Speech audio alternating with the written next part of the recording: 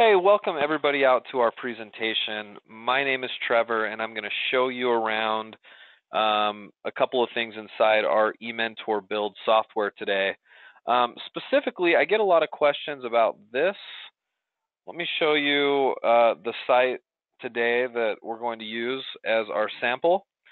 This is called redfiregifts.com, and you'll notice at the top of the site here, you've got this really nicely organized menu here, right? And they've organized it. This is a site that sells gift baskets. They've organized it to where there's a category that has all of their products. They've got an all occasions menu, a holidays menu, a gift basket types menu, and then a shop by price menu as well. And what I can do is if I use my pointer here and click on one of these, you'll see a bunch of different sub categories come up underneath those, right? So it just makes the site really nicely organized, even a shop by price, where they've organized their products into different price ranges. You'll also notice too, they have a couple of non-category pages right here at the top. This is a shipping policies page, and then an other policies page. In this business, in the gift basket business, shipping and policies are pretty important because they've got, foods that are time sensitive in these gift baskets, or flowers that are time sensitive, or whatever. So these are awfully important pages, which is why they're here in the top menu. Usually I'll tell my clients, in most cases, just have their main category pages up here in this top menu. But if you want to add some other important pages, you certainly can. Also, something just to help you guys understand how these sites work. On occasion, I'll get a client who will ask, why, if my site gets smaller, like say on a mobile device or whatever, see how I changed the window size here, and you'll notice the categories go away. Well, they didn't really go away. They're just put in this little menu section right here, okay, which is kind of standard on mobile devices. So if you're looking on a tablet or a phone and you don't actually see your categories there, they are here. They're just right here under this little section. These sites are dynamically created, so some of the formatting and some of the user interface will adjust with the size of the screen, and that's what you're seeing right here. So, but on a normal desktop, if you have it in full screen mode like I do here, you'll see these categories up here. So I want to spend just a minute talking about how to edit and change those categories, because you can adjust what's up here however you want. So starting in the dashboard of this website, I'm going to go to Appearance here, and then Customize. Okay, that's where you start this process. So get to your dashboard, log into your site, go to Appearance, and then Customize. And I'm going to go ahead and click that. Okay, and once I'm here, I want to go ahead and select this option here where it says Menus. So I'm going to select that. And then I'm also going to select the Categories menu. Okay, that should be set as kind of a default on your site. So we'll select Categories. And then you're going to see this big long list of categories here. Now, these have already been set up correctly, and you'll see how it's done.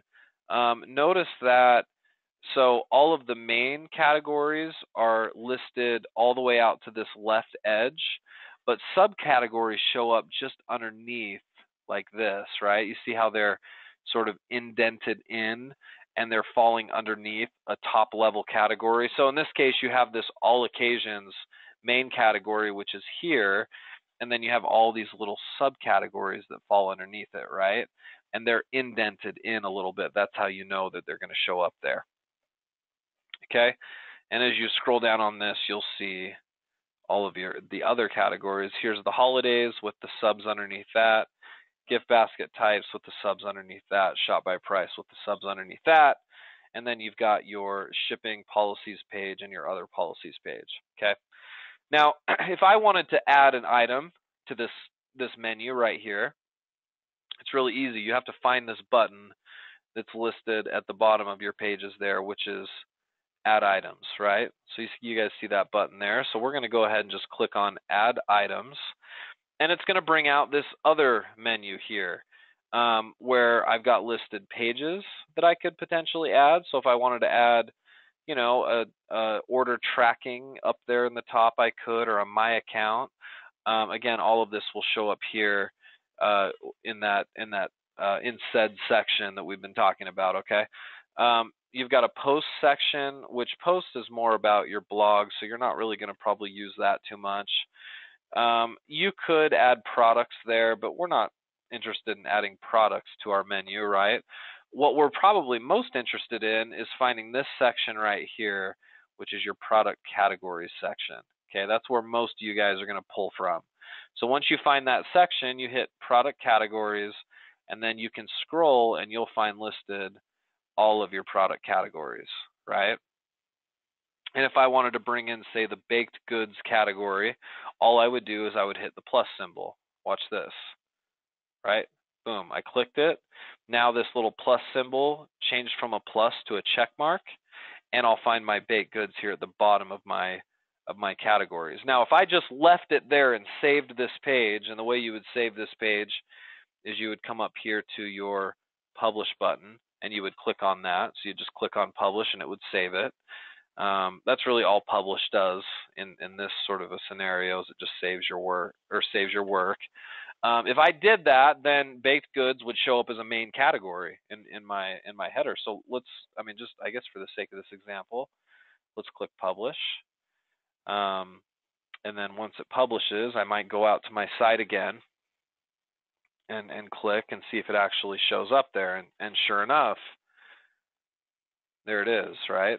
It's here in my main category. Now keep in mind the formatting may seem a little interesting to you, so it'll put in a main line, but if you have more categories, it'll start stacking them in this section below.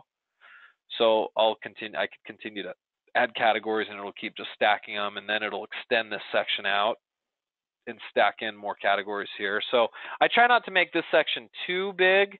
I'd rather, just use a few main categories, and not all sites need subcategories for the record. So if your site's a little more simple and you don't have that many products that need organizing, don't feel like you have to create these subcategories.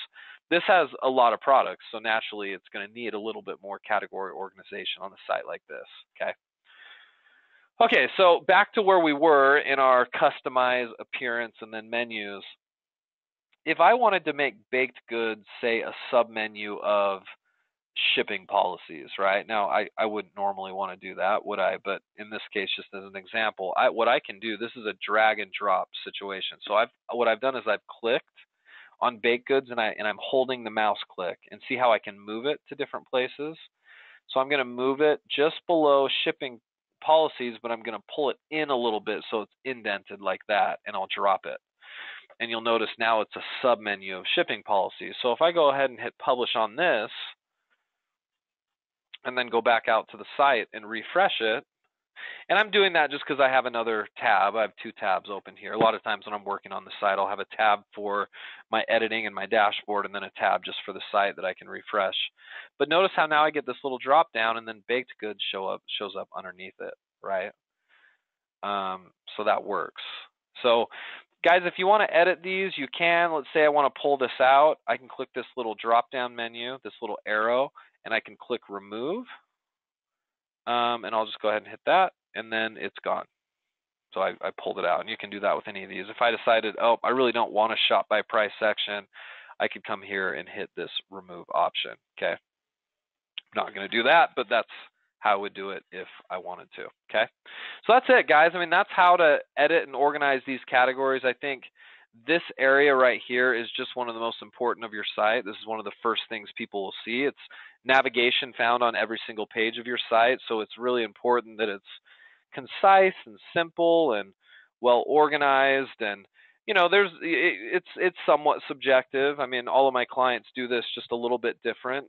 If you're concerned about the way you're setting it up, talk to your coach, but don't overcomplicate it the first time you're doing your site.